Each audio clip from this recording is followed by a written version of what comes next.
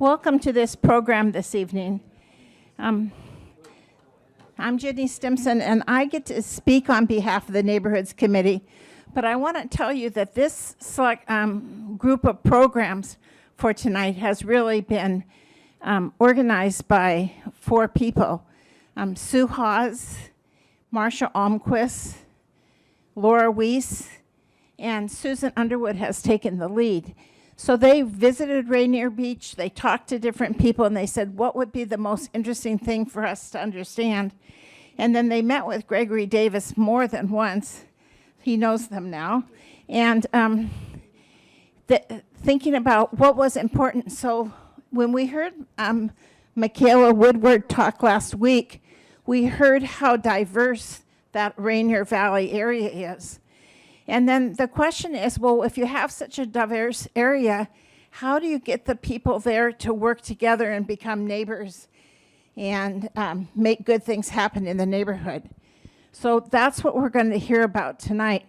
Sometimes in the news, the things we hear about the Rainier Valley aren't always as uplifting as the kinds of things that are happening there. And we want to bring you this message about the wonderful things that are happening in that neighborhood. So, Susan, might you say more?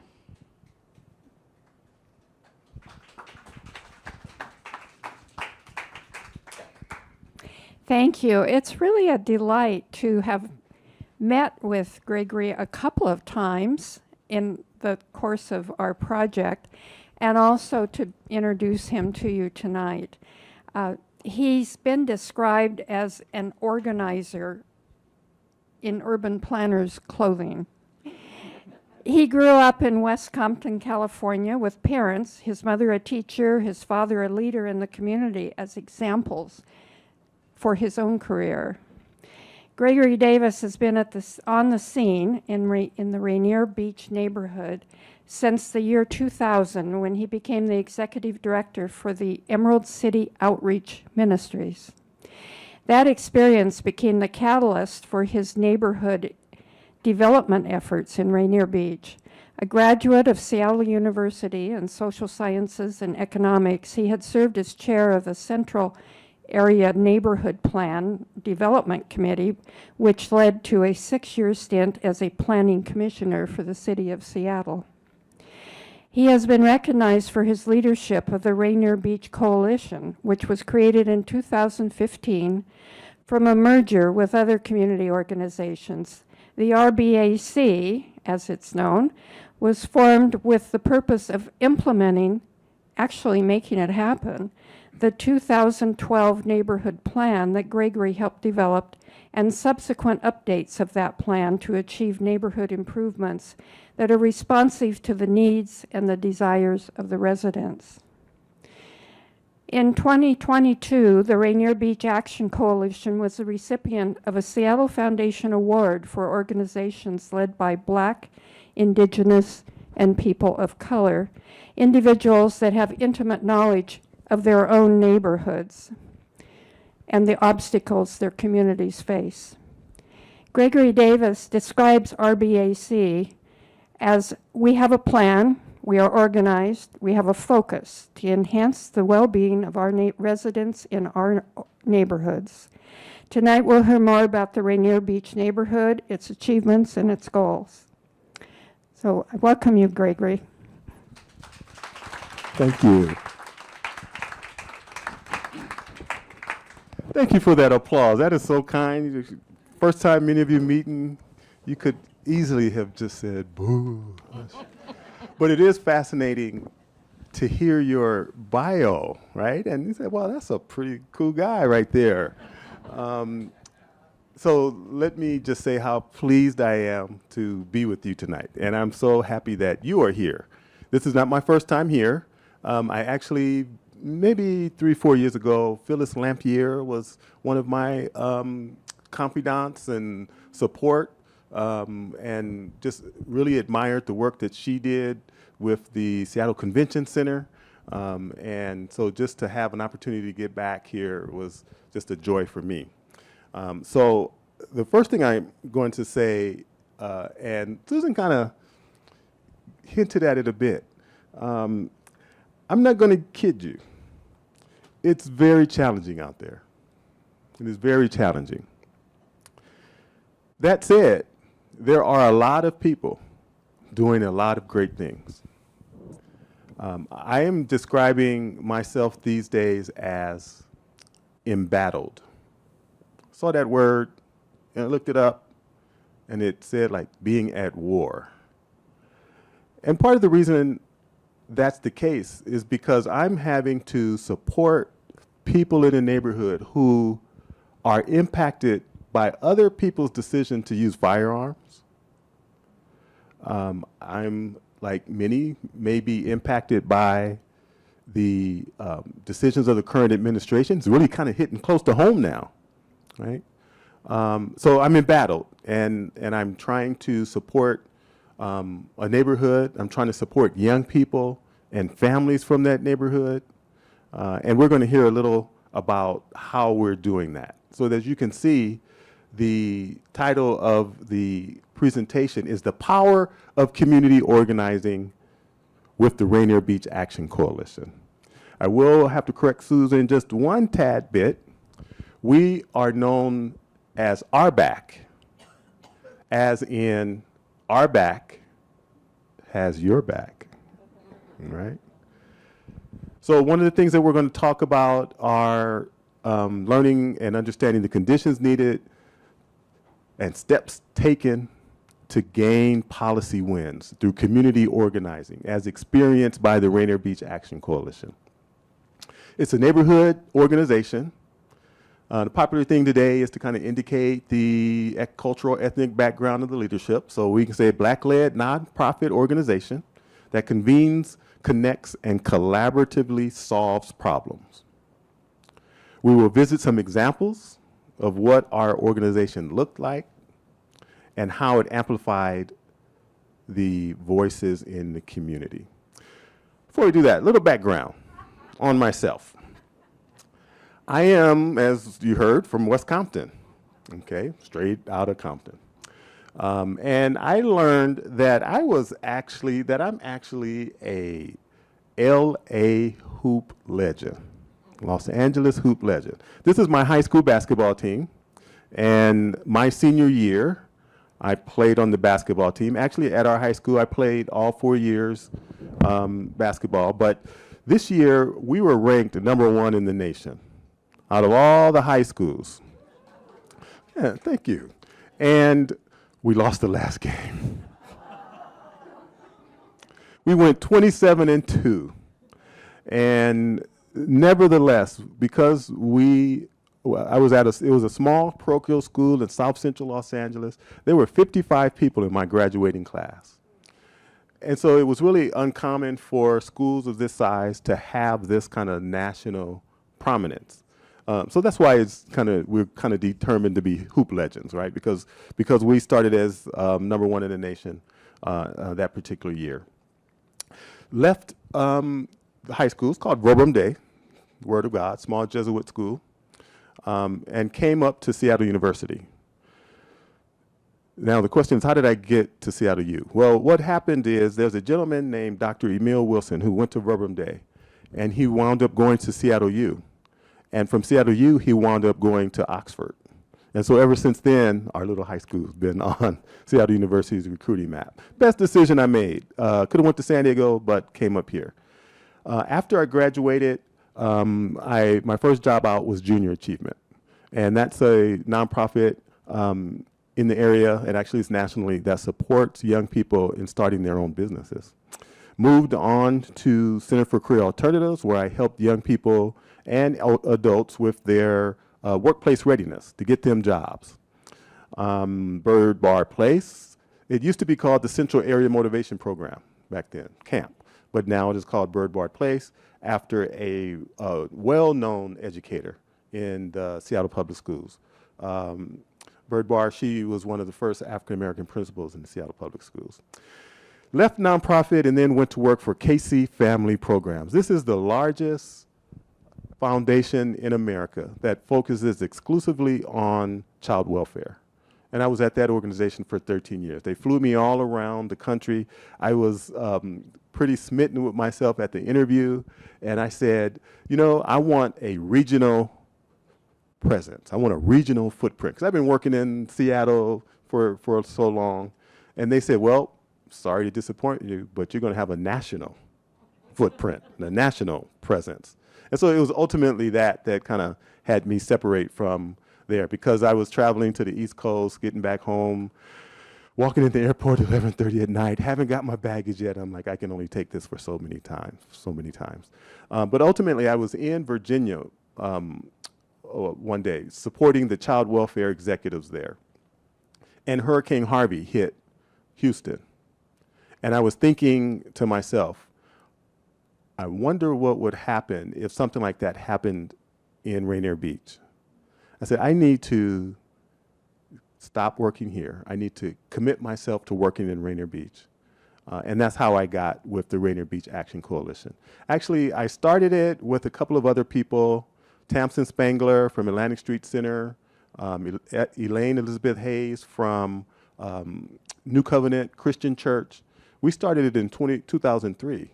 And the first thing that we did was we started an activity called the Back to School Bash, where we were providing school supplies to young people. And we've been doing it since then till now, and this will be our 22nd year. We were also doing town halls because we wanted to give people in Rainier Beach an opportunity to come share their voice and to hear what was going on in the neighborhood. So we started that in 2003, but I was a volunteer, I was a board chair. And then once I left Casey Family Programs in 2018, I came back and started working in the organization. And so worked there till this day. My wife would be so disappointed if I didn't tell you about her and my family. So actually, I've been married to my wife here, Sean Richard Davis, for 40 years. Well, we have been married 41 years come this July. Yeah, thank you. Thank you. And I have two wonderful children, Kyla Davis Nsimbi, who works at an organization called Rainier Scholars, and my son, Jarrell. So this is Jarrell giving you the deuces here, and he's 32, Kyla's 38. He was working with me for a while, but he had so many I'll say challenges, because young people that he mentored in the school, a good number of them wound up losing their lives to the use of firearms.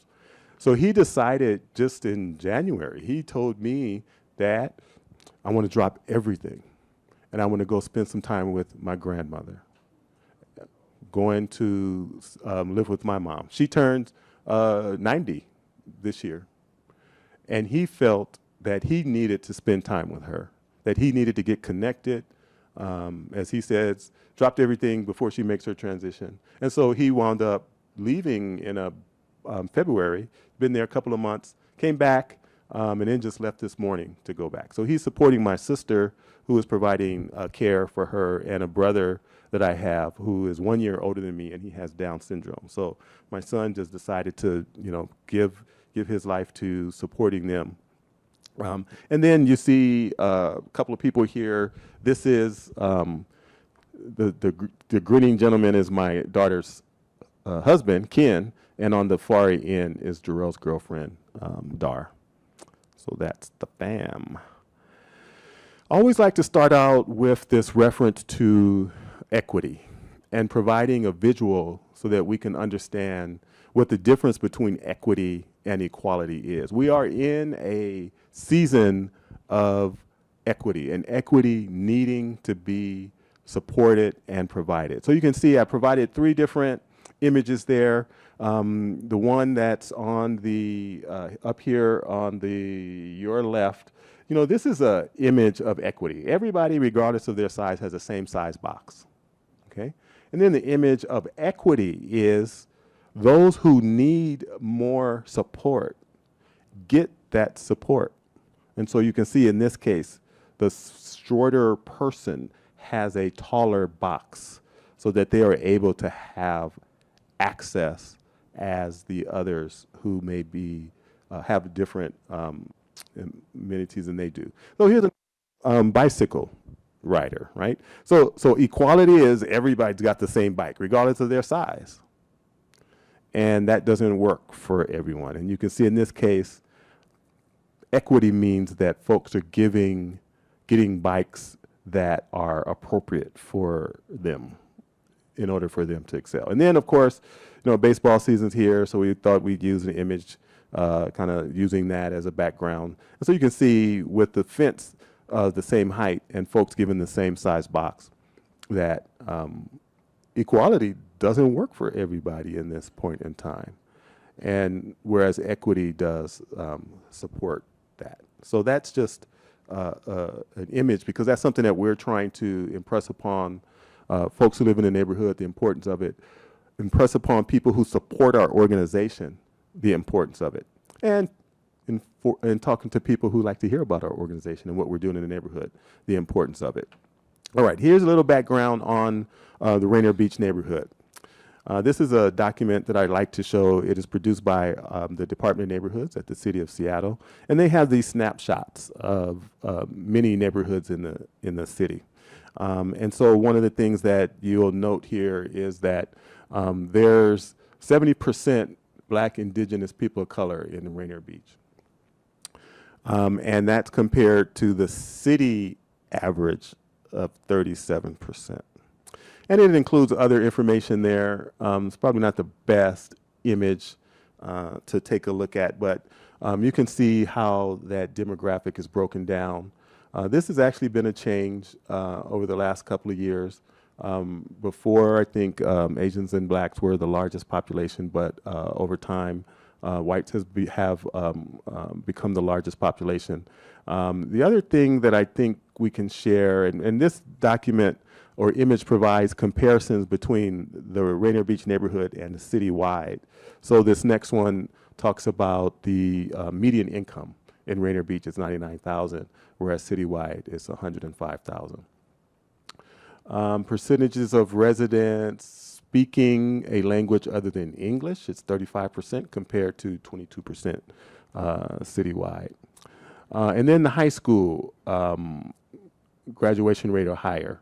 86% in the neighborhood have a high school diploma or more compared to 95% in City of Seattle. That's a high bar. City of Seattle is pretty well educated, right? And then just some other interesting things. This is one of the key things that have impacted my thinking about our organization and how we do what we do.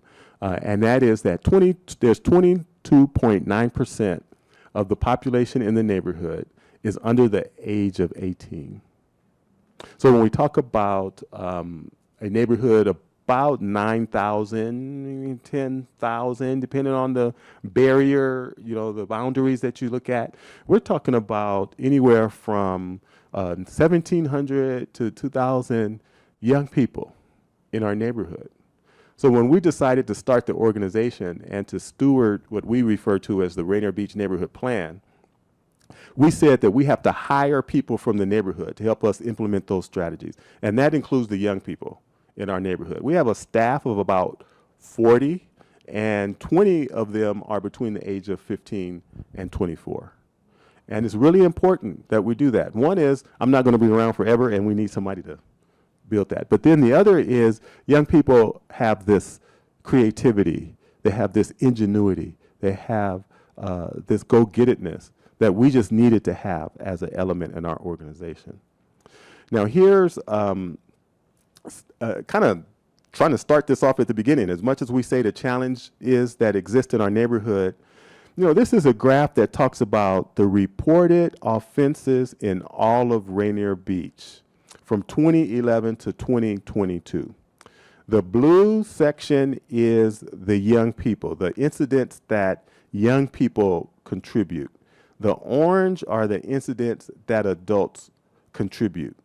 And you can see since 2011, the number of incidents that have contributed to youth crime happening have decreased since 2011 to 2022.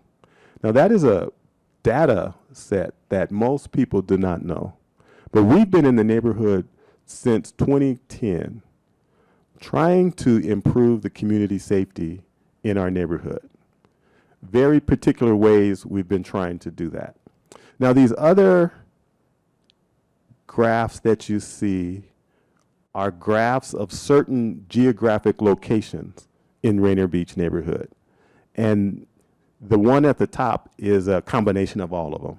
So there are some locations in our neighborhood like this one, which is the light rail station, where the number of incidents is very, very low, to the point where we probably are going to stop activating that area the way that we do some of the other areas.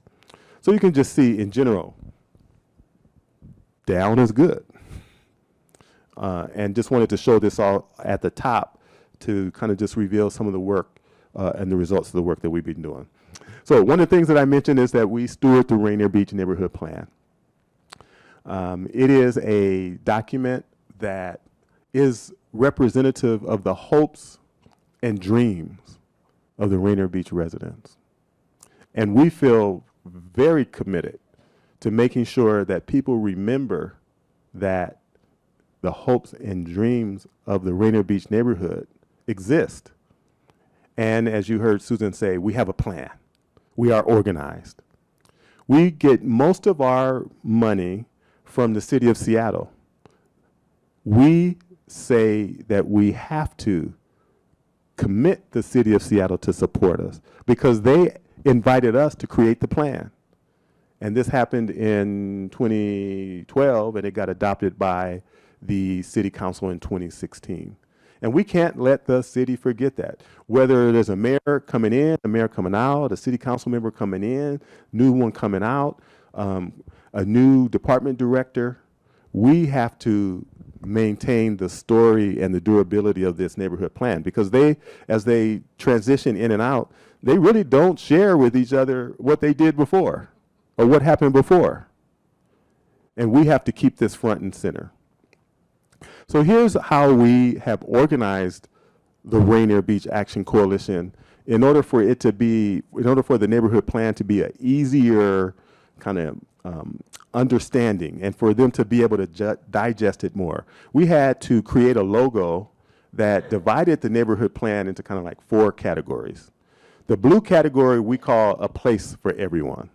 And that's where we do our economic development, land use, housing work. The black area is what we call lifelong learning. And that's where we do our education work, and that's where our kind of administrative work is that supports the organization. Orange is a beautiful, safe place, and that's where our community safety work is and the arts. And then green is growing healthy food to develop healthy industry. And that's where we do our food justice work. We have a farm stand, we have community-supported agriculture, and we have an advocacy group ran by young people called Seeds of Change.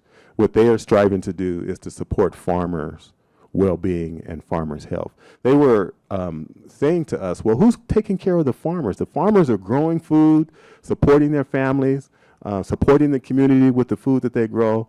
Who's taking care of them? And so we decided to create a Seeds of Change network where we organize young people in the neighborhood to take care of farmers. They will go visit the farms, they will help them till, they will help them harvest, they will bring them food, and they will interview them to ask them what kind of hopes and dreams they have for themselves.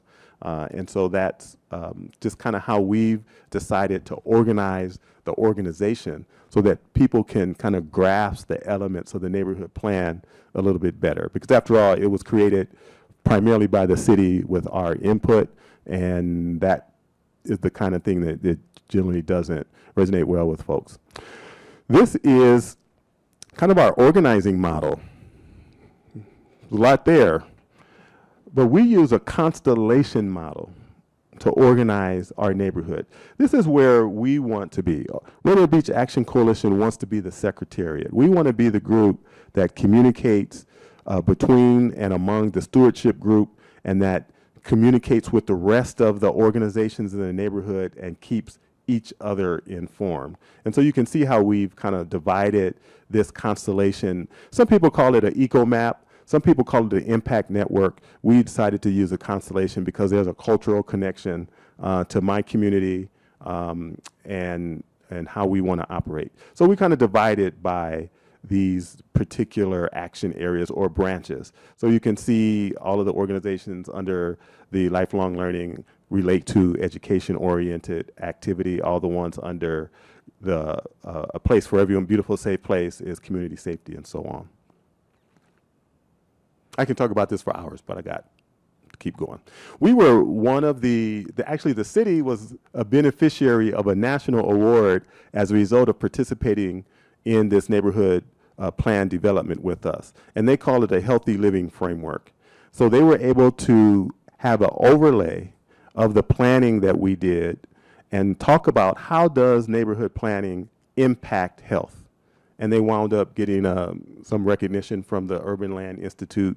And they didn't take us to the award ceremony, but that's okay. That's okay. We're doing the work. We're doing the work.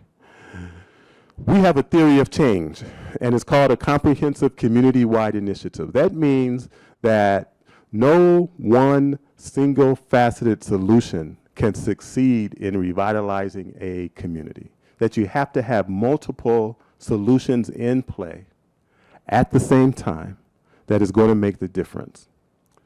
It also talks about that we need to seek the strengths of all the aspects of the neighborhood, including social, economic, physical, cultural characteristics. I think that's one of the things that makes our work worthwhile and makes it successful in terms of what we're doing. That's just something that we have that's really important to us. Oh, wait, how did this get in there? That was okay. Well, wouldn't you know it? Phil the Gift Heath, Rainier Beach High School graduate, class of 1991, all right? he snuck in there. And then, of course, we play some of the best basketball in the state in Rainier Beach. We just won the 3A championship this year. It makes the 10th championship that Coach Bethea has won since he's been coach there. Everybody's got to have a mission. We do have a mission. Of all of these points, and it's kind of a long mission, but that's kind of what we had to do in order to keep all of the things that we wanted to do present. But I do have a favorite. Build neighborhood capacity to enhance quality of life in Rainier Beach, as well as address the critical issues threatening the welfare of Rainier Beach neighborhood. And that's why we do more than just direct service in supporting young people or in supporting families. We have to do some what we call advocacy. We have to be about some system change, and we have to be about some policy change. And we've just been part of just a fantastic array of wins in terms of policy that I'm just excited to be able to talk to you about, so that you, again, when you think about Rainier Beach, as was said before, we think about Rainier Valley and all the challenges that might exist. There are some great things that have occurred and wound up having regional impact as a result of things that started in Rainier Beach. One of them is what we call organizing for transit justice. We were asked to join an organization called Puget Sound Sage. And at that time, the executive director was Rebecca Saldana, who is now the senator of the 37th district in the state of Washington. And we said that we needed to get young people looking at transportation policy. I was excited about it. Most other people were saying, like, who does that? Who has young people looking at transportation policy? But that's something that we looked at. One of the young people who was part of the work saw a policy that said a student needs to live 2 miles away from their school in order to have free transportation. And they wondered why that was. Who came up with that? How come it can't be 1 mile? Why is it 2 miles? And we talked with Betty Patu, who at that time was a Seattle school board member. And when we talked to her, as you can see, the young people met with her.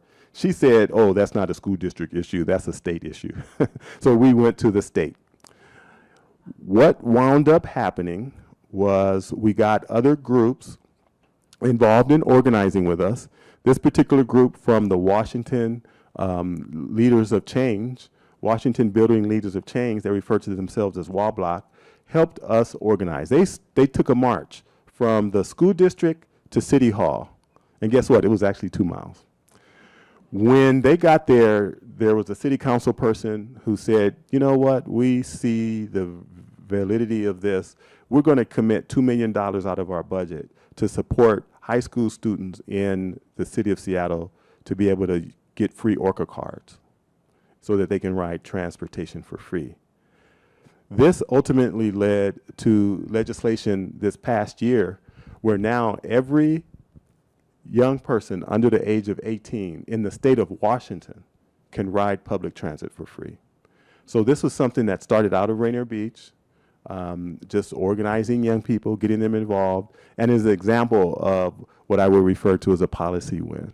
Now, who would imagine that the reason anyone in the state of Washington under the 18 can ride public transit for free is because of some organizing of young people in Rainier Beach? That's not something you'll see in a headline, right? That's not something that folks know or sometimes remember. So now you know. So when you think about Rainier Beach, you can think about that regional, statewide impact that we had in terms of transportation. Wanted to provide a little bit of information about community safety, because that's always, that's the matter here. And so we were able to participate with the university, George Mason University, and their criminal justice department.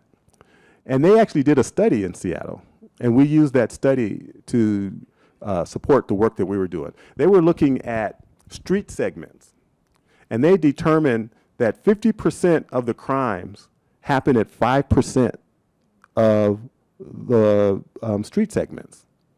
So if you look at, you know, you can go downtown and Pine and Third, like 50% of the crimes that happen in the neighborhood happen in 5% of the locations. So we wanted to look at that in terms of Rainier Beach. Can we overlay that model in Rainier Beach and see if it can have a similar impact? Now, you saw the data that I showed you at the beginning, and that's a result of some of the work that we were doing. And so what we did was we looked at locations in the neighborhood where there were high incidences that contributed to youth crime. So it was a light rail station, the heart of the neighborhood, Rainier and Henderson, over here at Rainier and Rose Street, and over here next to the Safeway, and then next to an apartment complex here. So these were the locations that we activated. We sent young people out there to pick up litter, to provide resources, to survey people, to take pictures of young people doing positive things in the neighborhood. And by activating these spaces this way on a rotating basis every week throughout the year, in addition to what we call guardianship, and that was another organization that had some folks walking the neighborhood, particularly the time young people got out of school. And then we did another thing called crime prevention through environmental design, where we pick up litter, we beautify.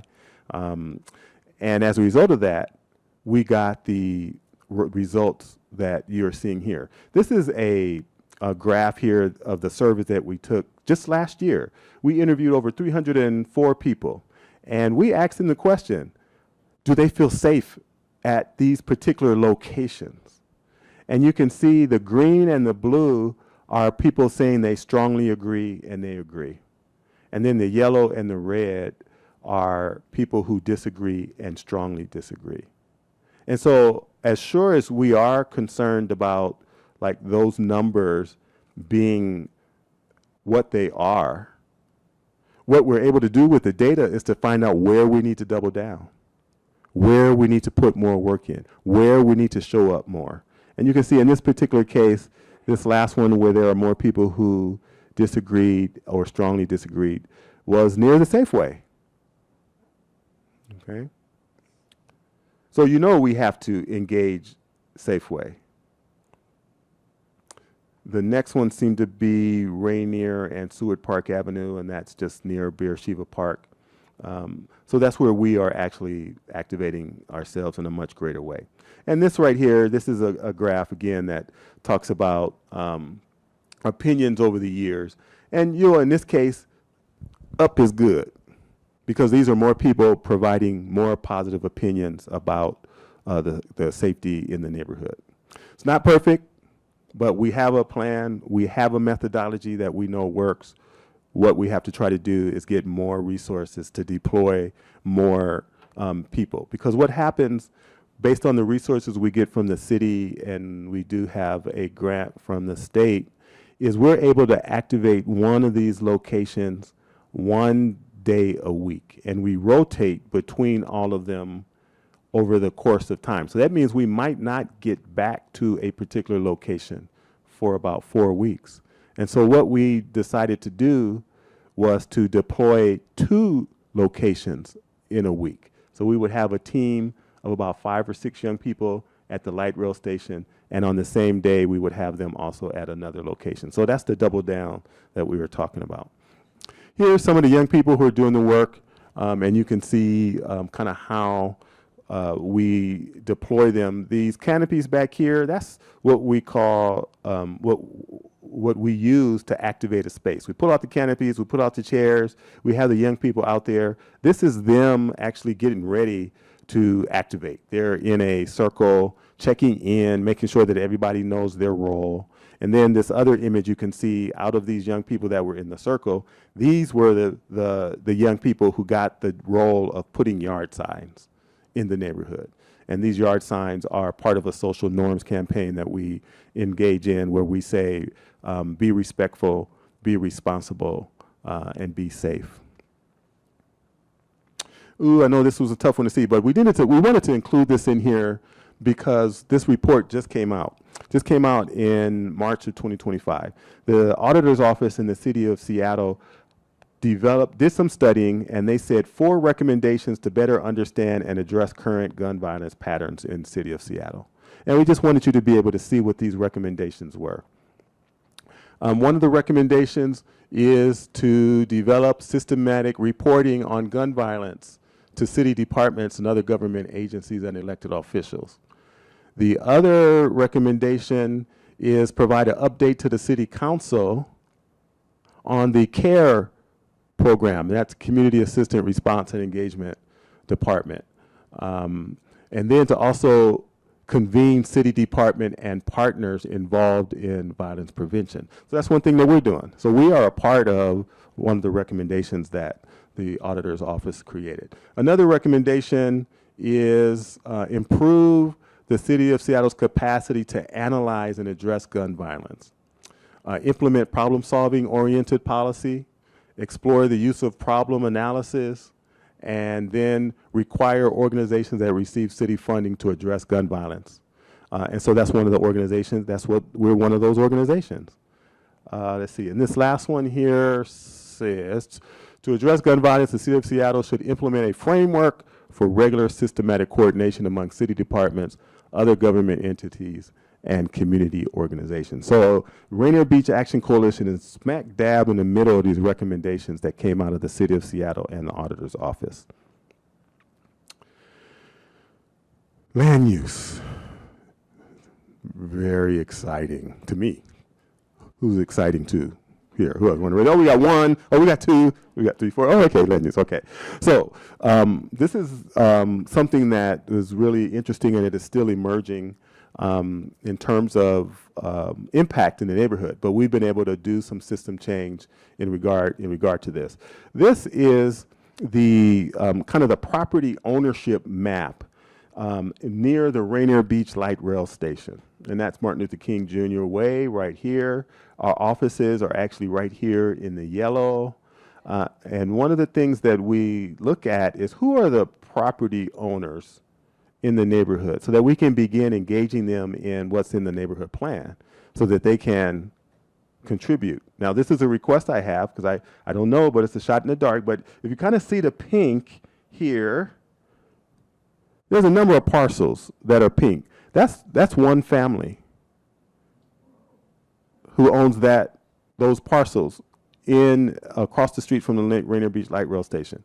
And their name is the Good Ones. So if anybody here knows the Good Ones, call them and tell them to call me. Tell them that they need to talk to Gregory Davis so he can tell them about what's going on in the neighborhood, and that they can be lockstep in what's happening in the neighborhood. Not out there just kind of doing their own thing, which many folks are prone to do and doesn't necessarily meet the needs of the neighborhood. But we're interested in wanting to talk to them. Here's another wonky kind of land use map, and you can see how the difference is. If you look at this and kind of look at how these parcels are laid out, and then you look at this, you can see somebody got some plans for this area, and we're part of those plans. We have the plans. And so the question was, what kind of place could the station area be in the long term? And these were some ideas that were shared when we came together with the city. And the city commissioned a architect firm to create some images for what that neighborhood, this part of the neighborhood could look like. And this was one of them. Ooh, yes. And so this is Martin Luther King. This is the light rail station. What's interesting about it is this is where our office is right now. Is that a plan somebody had for the space that we are at? Maybe. And have somewhat of a surprise for you. So some more renderings about what that could look like.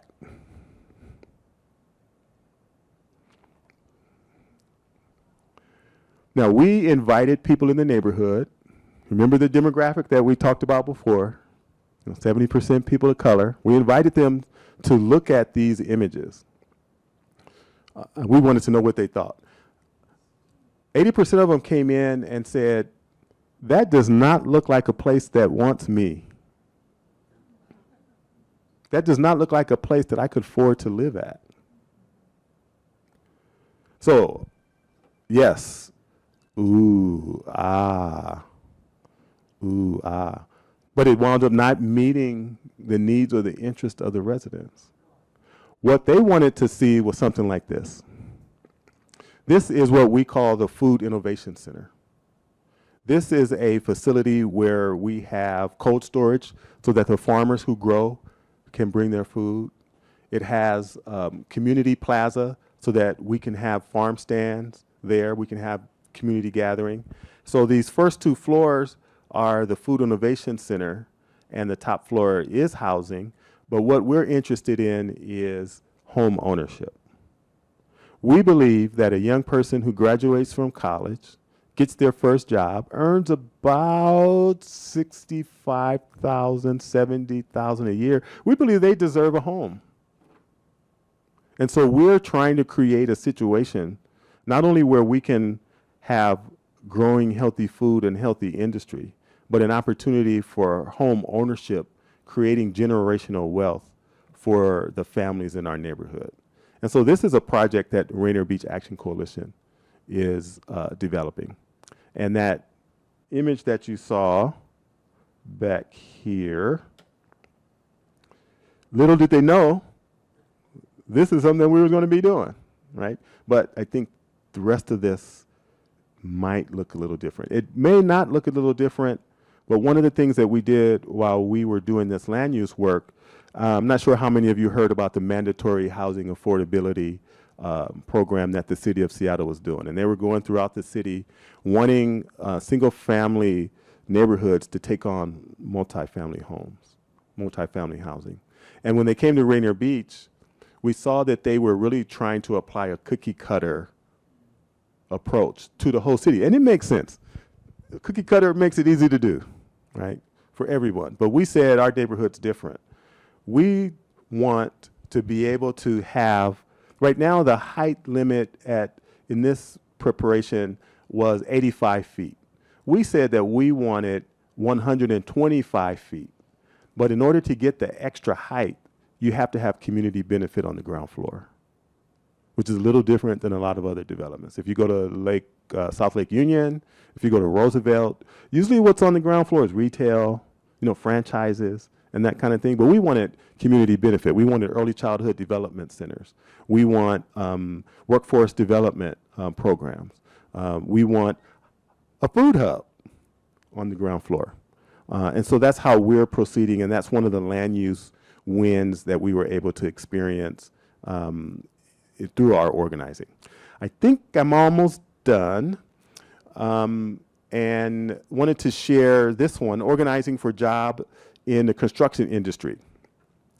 We were able to do some organizing. The community center in Rainier Beach was being demolished and rebuilt. And no one from the neighborhood was on the construction crews. They actually hired a construction company out of Tacoma to build the community center in Rainier Beach. So we started organizing. So you can see, what? No local hire? Our organizing eventually led to a campaign where we were trying to get the city of Seattle to have what we called a targeted local hire program. And that means any city of Seattle construction project must have people from the neighborhood in proximity to that project. That was our interest. And so you can see here a city ordinance to promote hiring local people could put residents of Rainier Valley back to work. And that was what our interest was. We made sure, and you can see we got the Real Change, we made sure we had a media campaign. So we used Real Change, we used The Stranger, we used South Seattle Emerald, not necessarily the major media. They weren't interested in this story. So we went to local media. And you can see, should Seattle mandate that construction companies hire locally? We said yes. How local hire proponents want to turn the creed work where you live. Higher power. So we got a lot of them. So one of the things that came out of this was the city of Seattle did adopt, they changed the name, they called it Priority Hire. They adopted a Priority Hire project. And now 25% of any City of Seattle capital construction project must be from underinvested in neighborhoods, including ours. And so we say underinvested in zip codes, and so that is what is in place now. And so one of the things that came out of it was this 2024 construction apprenticeship guidebook. What has happened since we did this was the Port of Seattle picked it up. King County picked it up. Sound Transit picked it up. And so now what started out in humble Rainier Beach now has a regional. Of late, Seattle Public Schools picked it up. And so any Seattle Public Schools building, new school that you're seeing built, must have 25% of the workforce from underinvested in zip codes. So that's what we are very proud of in terms of a win. So this is kind of how the zip codes are separated out in the neighborhood. This one may not be able to be seen as well, but it's one of the things that we said that we needed to do. We needed to form a Priority Hire Advisory Committee, and this Priority Hire Advisory Committee needed to make sure that the city of Seattle was making good on this ordinance. And so this little graph right here is going up, and it's actually at 36% now, not 25%. Okay, yes, that is good. One of the things that we have a challenge with, though, is this graph here. These are women in construction. Not enough, not enough. Now, we know the construction site's a tough place for anybody, but we decided to double down and try to support increasing this number. We have a all-women's construction fair that we're planning in the fall, and we want to be able to get young ladies into the construction trades. Food justice, naturally, is something that we want to do. We're interested in making Rainier Beach a food innovation district as a way to create jobs, as a way to bring people together, as a way to get healthier. Have to pay homage to a couple of these people. This is Harry Hoffman. He's a resident of Rainier Beach. This is Yolanda Gill Massandiri. They passed away a few years ago, but they were the ones who helped create the Rainier Beach Urban Farm and Wetlands. This location was formerly a horticulture center for Seattle Parks, and they decided to repurpose it. But it took them about 2 or 3 years to do that. about year one or year two, people start creating their own programming in there. And so the residents said, no, let's turn this into an urban farm. So now it is the largest urban farm in the city of Seattle. It's about 3 acres, but it's a 10-acre lot. But because 7 acres is wetlands, you can't touch the wetlands. It is. It is. It is right off of Pritchard Beach. Pritchard Beach is kind of like over here. Okay. So one of the things that we decided with the development of an urban farm in our neighborhood, and this relates to the Food Innovation Center, is that we needed another bookend. They were growing. We needed an aggregator and a distributor. And so what we decided to do first, before we did that Food Innovation Center that you saw that was, 7, 8 stories with housing on top, we decided to do tenant improvements on an existing commercial building to test the validity of a Food Innovation Center. So in this space, if you use light rail now and you're driving by the Rainier Beach station and you look west, this is the building that we are actually operating out of now. And on the ground floor is cold storage, dry storage, and a demonstration kitchen. And on the top floor is meeting space and staff offices. The scale difference between this building, 200 square foot cold storage, and the one that we will eventually build, this one is 200 square feet. The cold storage in the Food Innovation Center we showed you earlier is 9,000 square feet. So that's the scale that it's going to grow. This is one of the projects that I talked about, Seeds of Change Network. They have just released some documentaries talking with farmers, learning about farmers' interest, how they can be supported. And so they created 7 short reel films, and we had our launch of what they call the SOC docs, Seeds of Change SOC docs, that's out there talking about farmers. And our interest is to make Rainier Beach a food innovation district. So we've tried to identify all of the food-oriented activity. Every high school, every school has a kitchen. Community center has a kitchen. There's restaurants here. And so, we're excited about the idea of that designation. And we think that's going to be really unique for us. Now, again, when we talk about Rainier Beach, people talk about what's going on. The last thing that they hear from folks is, oh, well, they're interested in being a food innovation district. We usually hear about other stuff that's not so positive. Oh, I was saying that when many people talk about Rainier Beach, you do not hear about the interest in it being a food innovation district. You usually hear about other things.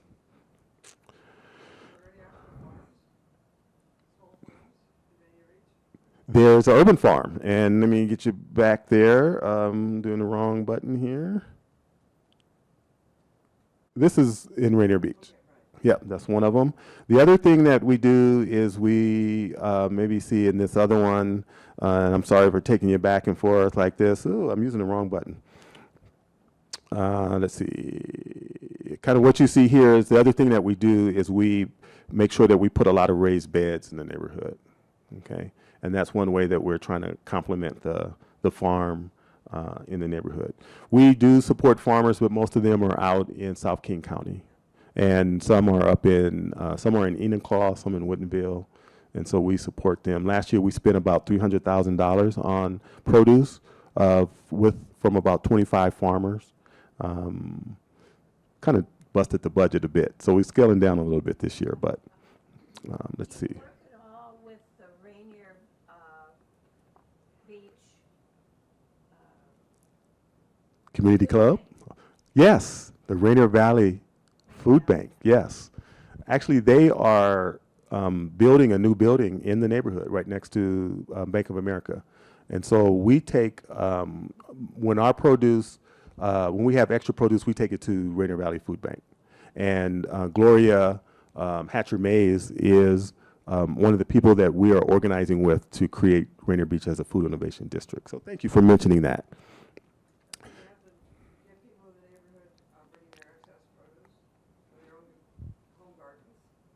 Not yet. I don't know the question. The question was, do we have people bringing their own homegrown food to the food hub and to our farm stand? And I said, not yet. That's a great idea, though. Yeah. We do have a gleaning program in the neighborhood, and that's when folks have all of these fruit trees and they can't harvest them.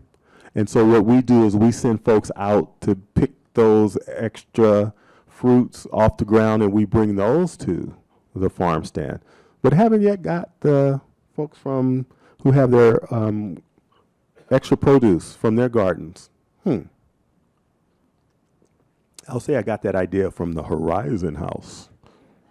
We may. Yeah. Do they? Okay.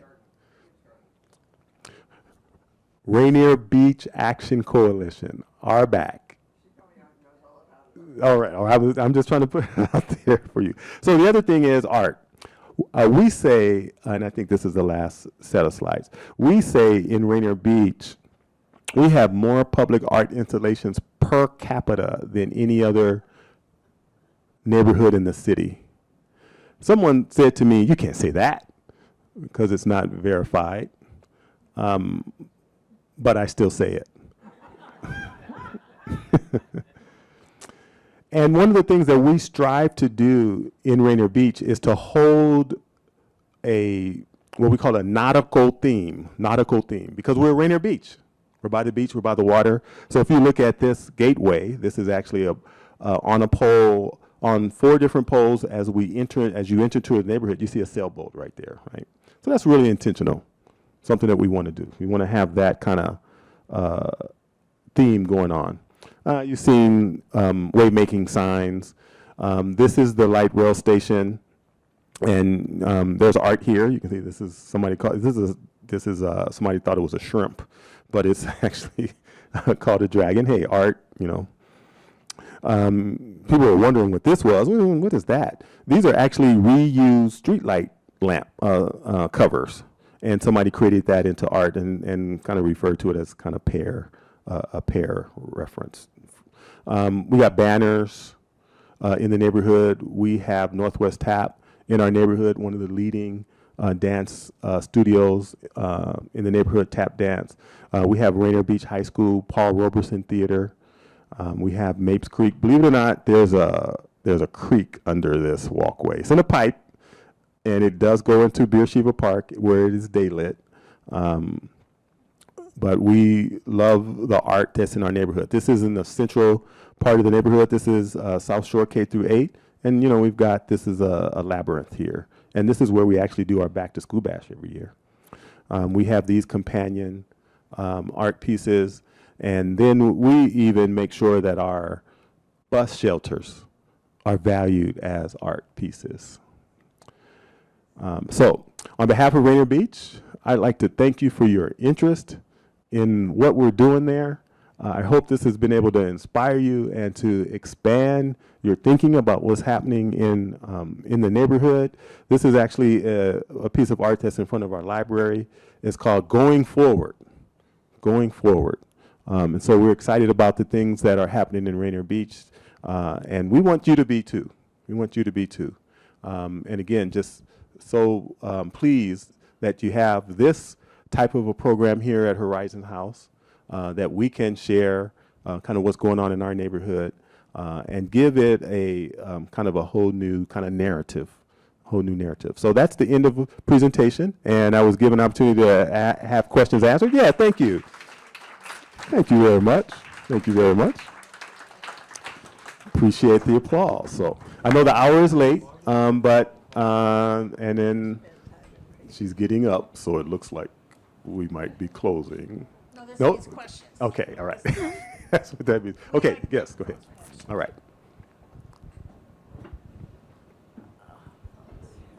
Is your pattern being replicated throughout the country in other neighborhoods? Because I'm from Chicago and. Speak into the speaker. Oh, I'm sorry. Is your pattern of behavior being replicated throughout the country? Yes. Is the pattern of behavior or the models that we are using being replicated in other parts of the country? In fact, the guardianship program we actually got from Chicago. We sent people there to see what they were doing. And the guardianship methodology is when you have 4 or 5 people walking around the neighborhood just providing guardianship. And so the only difference for Rainier Beach is that it doesn't come out of a school. In Chicago, the schools are the center of their guardianship programming. But the way that the City of Seattle operates, and they let these grants out, multiple organizations can apply for it and provide that service.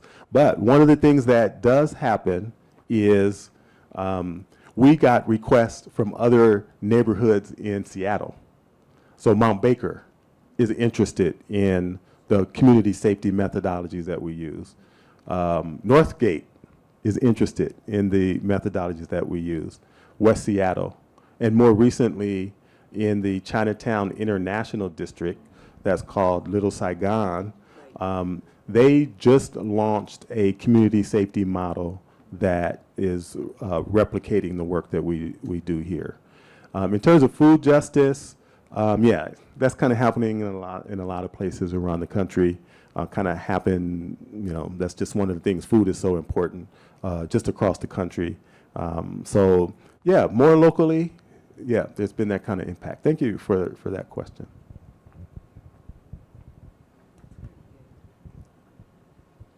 Are you still filming? Okay, so I got to stay here. Okay. So my question is, where does one get a tour of Rainier Beach to see some of the highlights that you have talked about tonight? I mean, you know, the statistics are all great, and I can understand that you have done a great deal of work. How can an ordinary person go down to Rainier Beach, I've been there, and get kind of a tour? Yeah. Can I answer that question just for a Yes, second? please. I know you The got to Neighborhoods Committee is organizing a tour for people at Horizon House. We're just in the early steps of figuring it out, but it's going to focus on the food part of what they're doing down there. But please answer the question. I just wanted to say we have that in the plans. Yeah, good. I was going to say, take the light rail to the Rainier Beach light rail station, and you'll see these buildings due west. And if you walk into that building, you'll be given a tour. You'll be given a tour. There's also another source. It's called Pocket Sites. One day, an organization named Forterra came to the neighborhood to do a retreat. And they didn't want to just come into the neighborhood and meet with their staff. They wanted to support the neighborhood. And what they did, out of the 60 people that came, they separated them into like 12 teams of 5. And they went into different locations. And they took pictures of all the public art in the neighborhood, of which there was about 120. They even had a 1942 bathroom that they considered art. It was an architect, and it's in Beersheba Park. So there's actually a way to do a self-guided tour of the art that's in Rainier Beach called Pocket Sites. And if you went to that Pocket Sites site and you put in Rainier Beach, it'll take you to that page. Mm-hmm. And I know there was a question over here, yes. I was very impressed that you're thinking about young people buying their first apartment. I applaud you. I think this is phenomenal. But do you prepare them? Do you give them training, how to budget, how to save up, what to do in the future, what it entails to have an apartment? In other words, make them adults before they are adults. Yeah, that is a good question, because as much as it is important to train them how to budget, to train them on the importance of savings, to train them on how to understand a mortgage, the first thing that we had to train them on was to believe. and it would be an apartment that we wanted to be an actual home that they get a mortgage. So it might be a co-op, it might be a townhome, it might be a condominium. And many of them coming out of college, they have college debt. And their credit score might be low because of that. And so they come out of college not even believing that they can be homeowners. And so that's the first thing that we have to do. And then we have to provide them with support all along the way. And even once they get the home, they need support to be able to keep the house. Because you know the temptations out here to run up your credit card these days, to just maintain a cost of living so expensive that it's easy to kind of get sideswiped and impacted negatively in being in that situation. And so we want to keep them in their home. So yes, understanding about credit is one of the things that we talk to them about. So yeah, thank you for that question, because it actually takes more than just the dollars and cents kind of situation. It really has to give them the belief, give them the esteem that this is something that they can do. And the other part that we have to support them in is when we talk about a condominium or a townhome or a co-op, that their view of a house is like the white picket fence in the backyard.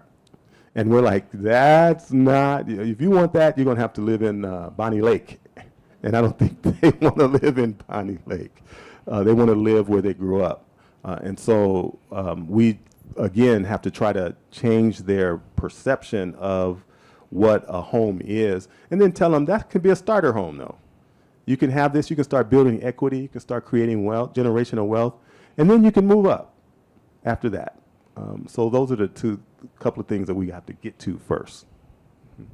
That's a great question, thank you. Any other questions? Is Seattle one of the more successful cities in the country, or is So the question is Seattle one of the more successful cities? And I was saying at.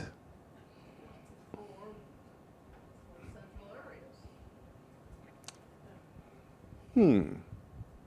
You know, what I sometimes say is we are selfishly and shamelessly focused on Rainier Beach. So everything else that's happening out there, everyone cares. But no, that's not true.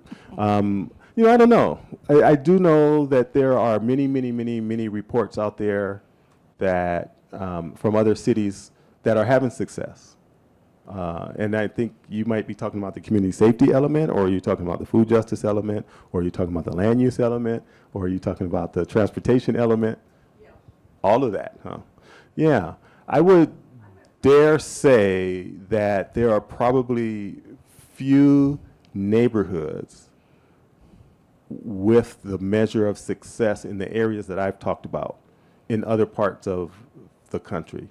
And I think the one reason is, and it may has to do with just my geekiness, we're wanting to use the neighborhood plan as the foundation for developing the neighborhood. And so what that means is you have to take on transportation.